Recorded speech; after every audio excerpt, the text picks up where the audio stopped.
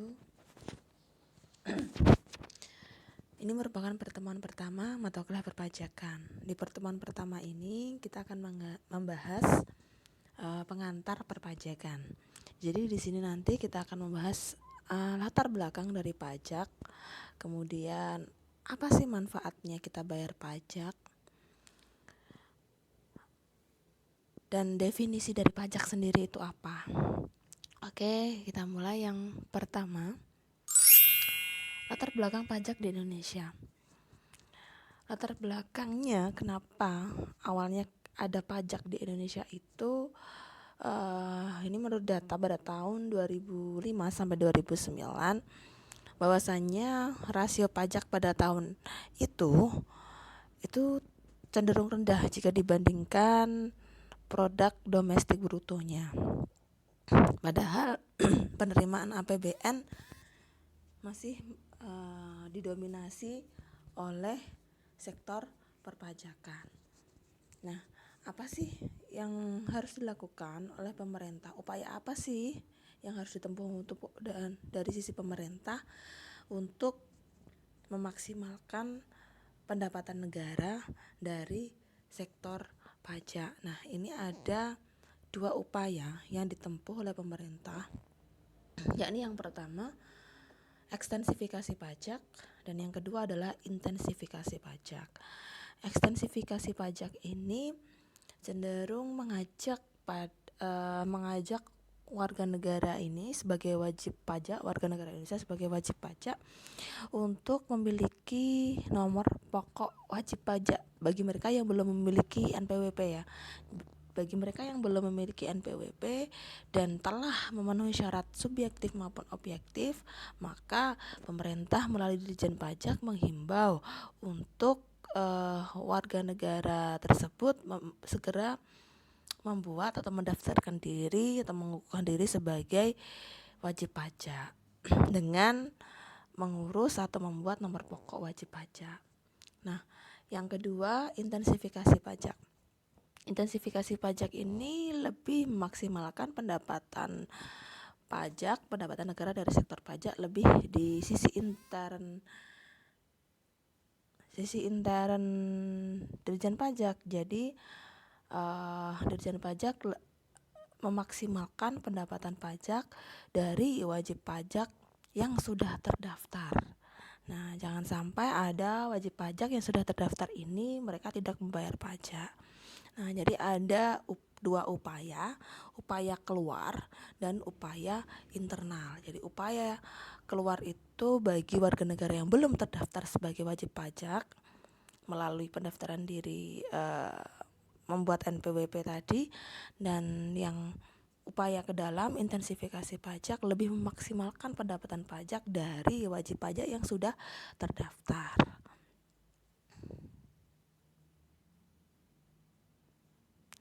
Nah, ini ekstensifikasi pajak lebih spesifiknya. Jadi pemberian NPWP secara jabatan bagi wajib pajak orang pribadi yang berstatus sebagai karyawan dengan penghasilan di atas penghasilan tidak pungut pajak atau PTKP. Kemudian pemberian NPWP di lokasi usaha yang berada di sentra perdagangan atau perkantoran. Dan yang ketiga, pemberian NPWP atau pengukuhan pengusaha kena pajak atau PKP bagi pengusaha yang belum terdaftar. Yang keempat, pendampingan penentuan jumlah angsuran PPh pasal 25 dan atau jumlah PPN yang harus disetor. Dan yang kelima, penentuan jumlah PPN terutang atas transaksi penjualan dalam tahun berjalan kepada pedagang eceran yang mempunyai usaha di sentra perdagangan. Ini yang intensifikasi pajak. Yang pertama adalah inventarisasi potensi penerimaan atas seluruh wajib pajak terdaftar. Yang kedua, peningkatan keterbukaan dan keandalan pelaporan keuangan wajib pajak. Dan yang ketiga, meminimalisasi tax evasion dan tax avoidance.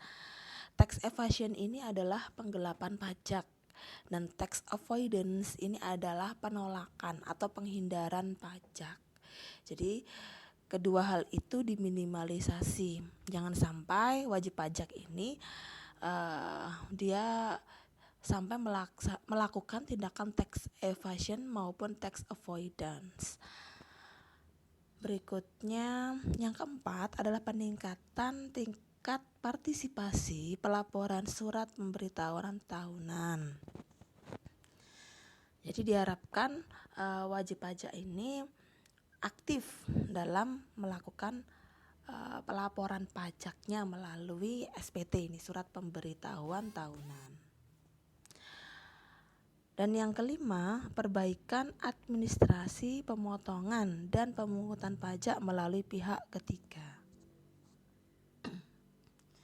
Berikutnya. Nah, ini pengertian pajak dari beberapa guru besar. Yang pertama dari Profesor Dr. Rahmat Sumitro SH. Pajak didefinisikan menurut beliau sebagai iuran rakyat kepada kas negara berdasarkan undang-undang atau dapat dipaksakan dengan tidak mendapat kontraprestasi yang langsung, dapat ditunjukkan dan digunakan untuk membayar pengeluaran umum. Maksud dari kontraprestasi adalah jika warga negara itu atau rakyat di sini itu membayar pajak untuk ke kas negara, dibayarkan ke kas negara, maka dari pembayaran itu tidak serta-merta, tidak secara langsung negara itu mengembalikannya, maksudnya membalas secara langsung. Jadi di sini ada tidak mendapat kontraprestasi secara langsung. Jadi rakyat itu dengan membayar pajak itu setelah membayar dia tidak langsung menerima manfaat dari pembayaran pajak yang dia lakukan. Jadi bisa bertahap untuk ini. Jadi pengembalian pajak berupa fasilitas-fasilitas umum nantinya itu akan dirasakan oleh rakyat tidak secara langsung namun secara bertahap, seperti itu. Berikutnya pengertian pajak menurut Profesor Dr. B.J.A. Andriani, yaitu guru besar hukum pajak di Universitas Amsterdam. Pajak merupakan iuran kepada negara atau dapat dipaksakan yang terutang oleh wajib pajak yang wajib membayarnya menurut peraturan dengan tidak mendapat prestasi kembali yang langsung dapat ditunjuk dan gunanya adalah untuk membiayai pengeluaran umum berhubungan dengan tugas negara untuk menyelenggarakan pemerintah. Nah, ini menurut Profesor Edwin R.A. Seligman. Tax is compulsory contribution from the person to the government to defray the expenses incurred in the common interest of all without reference to special benefit conferred. Jadi sama aja ya artinya, baik bahasa Indonesia maupun dari bahasa Inggris. Oke, ini inti-inti dari pengertian pajak. Jadi intinya pajak itu dipungut berdasarkan undang-undang dan dapat dipaksakan, kemudian tidak dapat ditunjukkan adanya kontraprestasi secara langsung. Jadi maksudnya itu rakyat yang membayar pajak itu pemerintah tidak langsung membalasnya atau mengembalikannya kepada rakyat tersebut. Jadi justru malah dikembalikan ke seluruh rakyatnya. Jadi nanti pajak itu ada asas yang namanya asas pemerataan. Ya, jadi bagi warga negara yang mampu dia membayar pajak, ada kewajiban bayar pajak. Jadi bagi warga negara yang tidak mampu, yang tidak membayar pajak, dia dapat merasakan manfaat dari adanya pajak itu. Jadi yang merasakan manfaat itu tidak hanya orang yang mampu saja. Jadi ada juga orang yang tidak mampu membayar pajak tapi dia merasakan manfaat dari pajak. Jadi berupa apa manfaatnya? Dapat memanfaatkan fasilitas-fasilitas umum yang ada di negara ini. Karena fasilitas-fasilitas umum yang ada di negara ini itu juga dibiayai dari sektor pajak. Nah, dan yang keempat dipungut oleh negara. Jadi pajak itu ada yang yang dipungut oleh pusat, pajak pusat namanya, ada yang dipungut oleh daerah atau pajak daerah ya. Pajak daerah seperti pajak kendaraan bermotor itu termasuk pajak daerah. Pajak reklame, mungkin pajak hotel, pajak restoran, pajak tempat-tempat hiburan, itu adalah contoh dari pajak daerah. Kemudian yang kelima, diperuntukkan bagi pengeluaran-pengeluaran pemerintah atau jika surplus digunakan untuk public saving. Sekarang nih, nah ini fungsi pajak. Fungsi pajak itu yang pertama adalah fungsi budgeter atau anggaran. Nah, jadi pajak itu dapat dijadikan sebagai penerimaan pendapatan negara. Nah, ini ada PPN sebagai penerimaan di APBN atau pajak pertambahan nilai itu sebagai sumber penerimaan di APBN. Kemudian yang kedua, fungsi pajak sebagai reguleran ini ya, reguleran. Fungsi pajak sebagai reguleran atau mengatur. Nah, tarif PPNBM, pajak pertambahan nilai dan barang mewah, itu secara progresif.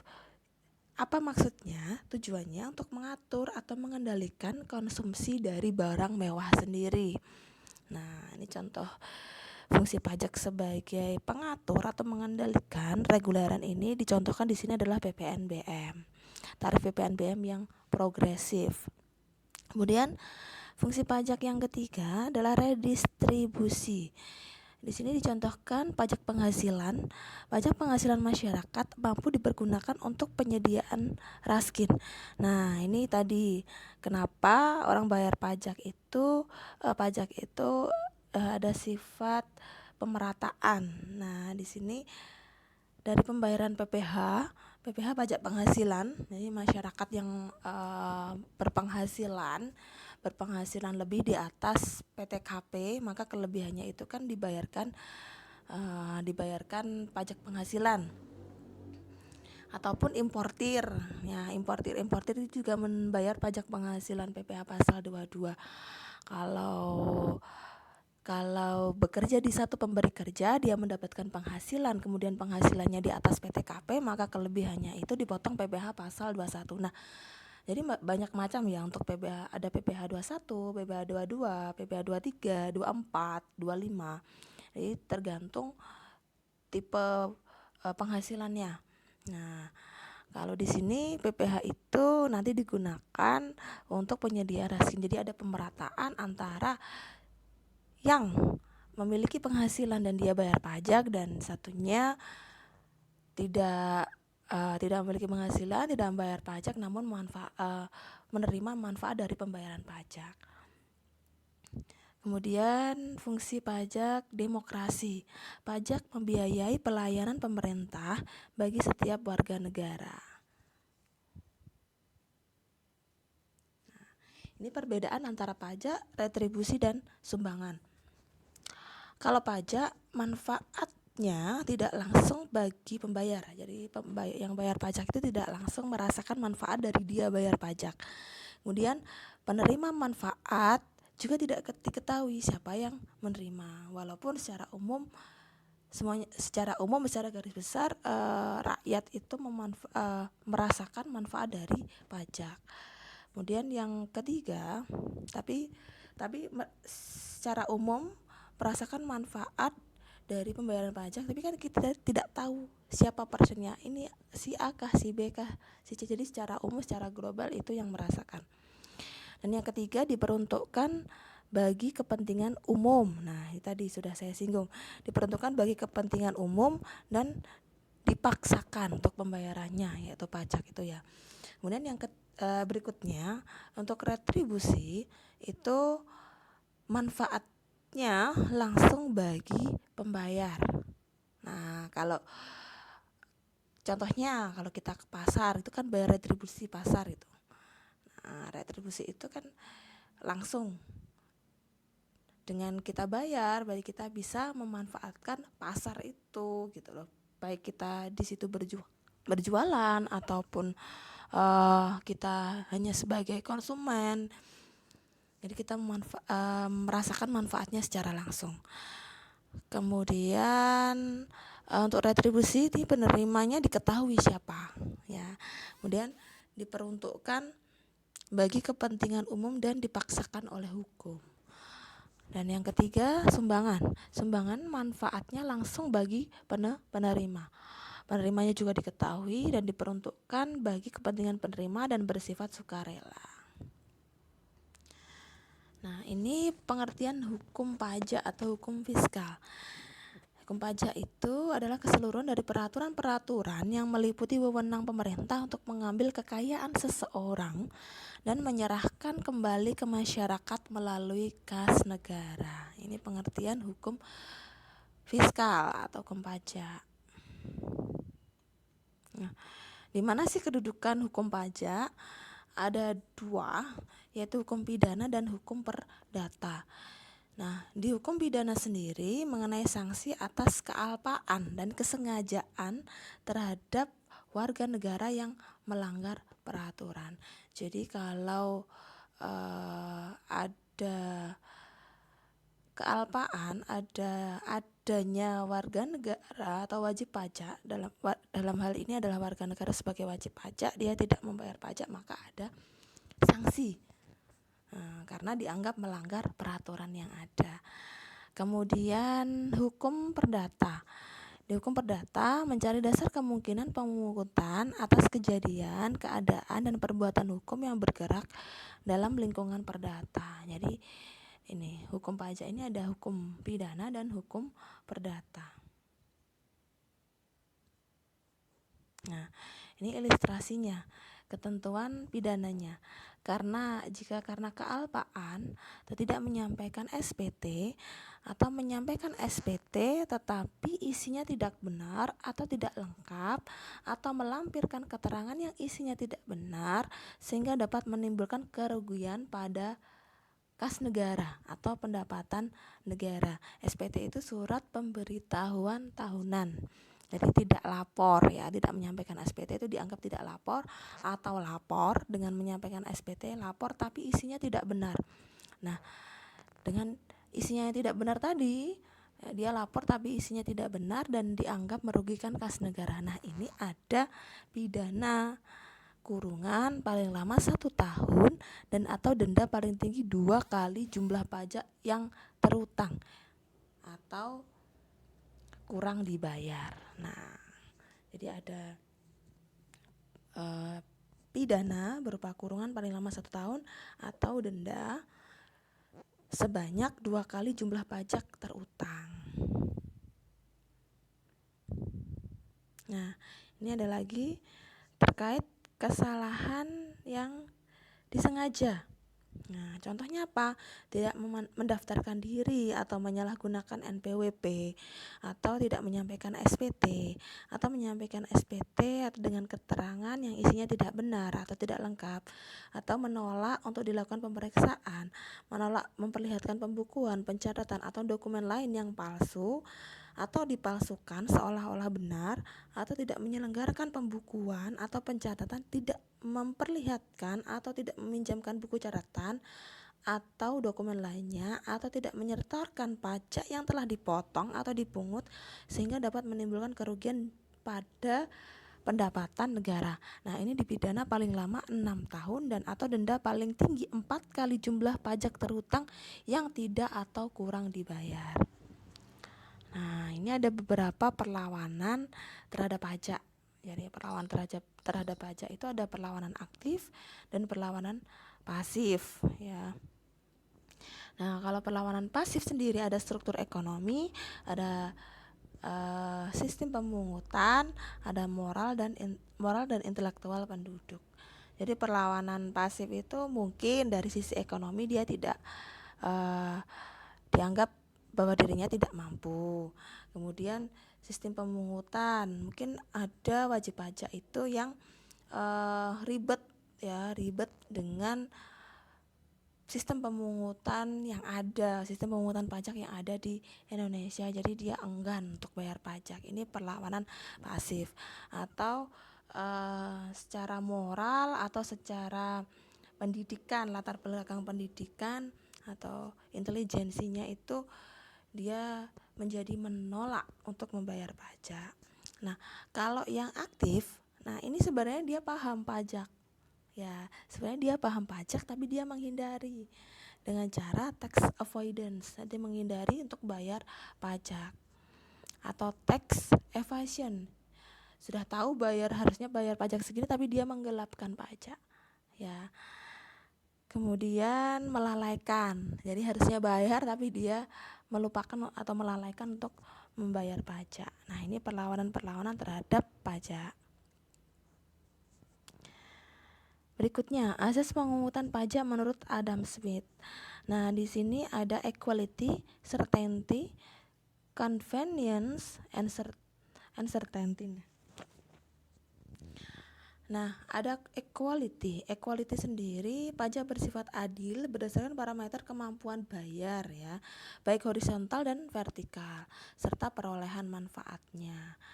Certainty itu pasti ya, penetapan pajak tidak sewenang-wenang disertai kepastian waktu. Nah, kemudian convenience, pajak dikenakan saat tidak menyulitkan wajib pajak. Dan biaya pemungutan harus minimal ya, biaya pemungutan pajak harus minimal. Nah, teori dasar pemungutan pajak yang pertama, jadi ada dasarnya mengapa harus ada pemungutan pajak. Yang pertama adalah teori asuransi, yaitu pembayaran pajak disamakan dengan pembayaran premi. Masyarakat seakan mempertanggungjawabkan keselamatan dan keamanan jiwanya kepada negara. Jadi dengan membayar pajak itu warga negara membayar pajak atau wajib pajak membayar pajak ke negara itu bisa didasari dari teori asuransi. Dengan membayar pajak dia bisa mengasuransikan dirinya ya, nanti imbal baliknya apa? Dia mendapatkan proteksi dari pemerintah, ini keselamatan dan keamanan jiwanya kepada negara. Kemudian ada teori kepentingan. Di sini negara melindungi kepentingan harta dan jiwa warga negara dengan memperhatikan beban yang harus dipungut dari masyarakat. Nah, ini sama teori kepentingan, berarti dengan bayar pajak maka negara melindungi harta dan jiwa warga negara dengan memperhatikan beban yang harus dipungut dari masyarakat. Jadi ada melindungi kepentingan harta dan jiwa dari masyarakat yang ada, sehingga tahu warga ini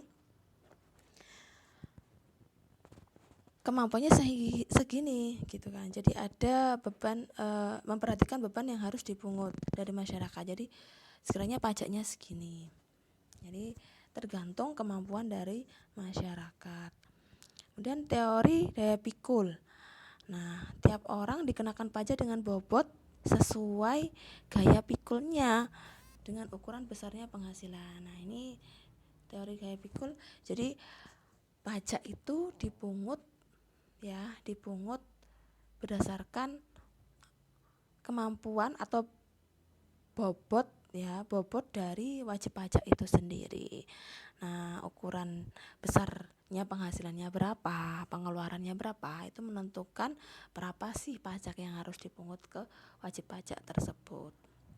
Ini teori gaya pikul.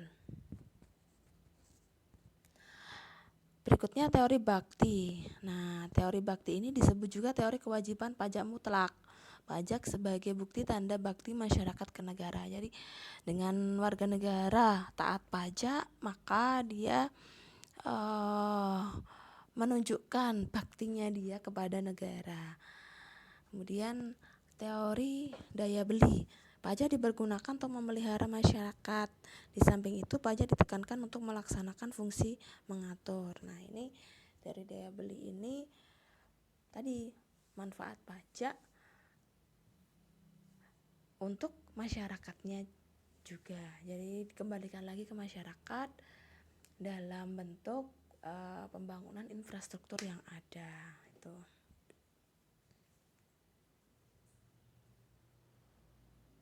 Nah, ini ilustrasi pajak ya. Di sini ada yang sisi kiri, diperhatikan. Di situ ada WP. WP itu adalah wajib pajak. Dia melakukan pendaftaran untuk memperoleh NPWP. Nah, untuk memperoleh NPWP. Kemudian wajib pajak itu di sini wajib pajak badan ya di sini karena ada pembuatan pembukuan. Nah, wajib pajak badan, wajib pajak itu kan ada dua, ada wajib pajak pribadi, ada wajib pajak badan. Kalau wajib pajak pribadi, maka dia bekerja pada suatu perusahaan, kemudian dia memperoleh penghasilan, di mana penghasilan itu kalau melebihi penghasilan tidak kena pajak, maka kelebihannya itulah yang dipotong pajak oleh pemberi kerjanya. Pemberi kerja siapa? Perusahaan di mana tempat dia bekerja, itu pemberi kerja. Nah, di sini karena ada pembukuan, maka ini adalah wajib pajak badan yang memiliki kewajiban untuk membuat laporan keuangan atau pembukuan. Nah, di sini wajib pajak mendaftarkan diri untuk memperoleh NPWP. Kemudian dia membayar pajak. Nih, di sini ada SSP, surat setoran pajak, membayar pajak dengan SSP. Bayar. Nah, setelah bayar, dia lapor. Nah, dari pembayaran itu karena kan kita di Indonesia menggunakan self assessment system. Jadi mulai menghitung, membayar, melaporkan itu dilakukan sendiri oleh wajib pajak. Nah, dari perhitungan kita itu nanti diperiksa oleh Fiskus. Fiskus di sini adalah dirjen ya. Fiskus di sini adalah dirjen pajak atau pemerintah. Diperiksa perhitungannya benar enggak? Kemudian ditetapkan sudah benar enggak?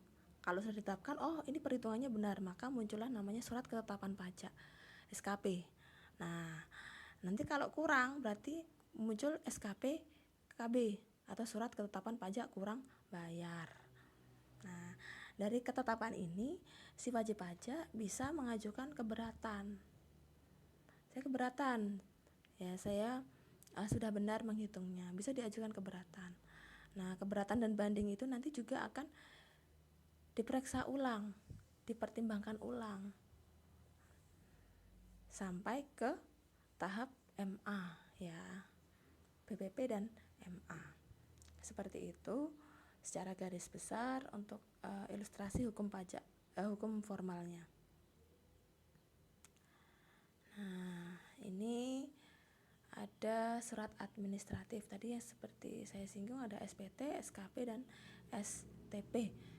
Nah, SPT surat pemberitahuan tahunan. Nah, di sini definisinya adalah surat untuk pelaporan, perhitungan dan pembayaran pajak terhutang. Fungsinya sebagai pelaporan dan pertanggungjawaban perhitungan jumlah pajak terhutang, pembayaran sendiri maupun pemotongan. Untuk SKP surat ketetapan pajak, nah di sini ada berupa SKP KB, surat ketetapan pajak kurang bayar, SKP KBT, surat ketetapan pajak kurang bayar tambahan, SKP LB, surat ketetapan pajak lebih bayar, dan SKPN, surat ketetapan pajak nihil. Nah, ini sebagai alat koreksi, sarana mengenakan sanksi dan alat penagih pajak. Kalau STP itu surat tagihan pajak ya. Surat untuk menagih pajak dan sanksi administrasi. Fungsinya sebagai alat koreksi pajak terhutang, sarana mengenakan sanksi dan alat menagih pajak.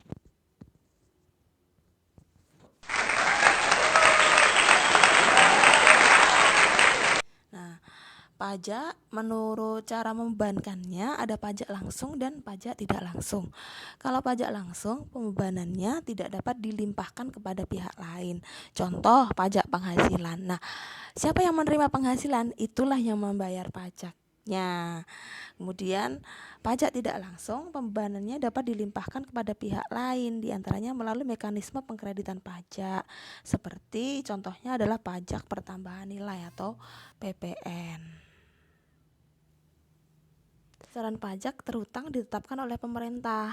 Contohnya PPh pasal 4 ayat 2, kemudian atas pengalian tanah dan atau bangunan dari wajib pajak ke pemerintah. Kalau yang self assessment system itu ditetapkan, dipotong, disetor dan dilaporkan oleh wajib pajak sendiri. Contohnya penetapan angsuran PPh 25. Dan yang berikutnya adalah withholding. Besaran pajak terutang ditetapkan, dipotong, disetor, dan dilaporkan oleh pihak ketiga yang ditentukan oleh pemerintah. Contoh, penerapan, pemotongan, dan pemungutan PPh 21, 22, 23, dan 26. Nah, oke.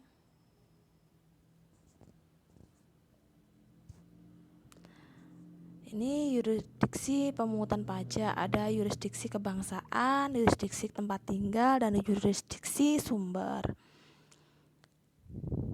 Nah, ini utang pajak ya bisa hilang, terhapus. Itu yang pertama bisa melalui pembayaran. Jadi kalau dibayar maka utang pajaknya lunas atau hilang. Atau juga bisa dihapus, penghapusan ya, atau juga dapat kompensasi.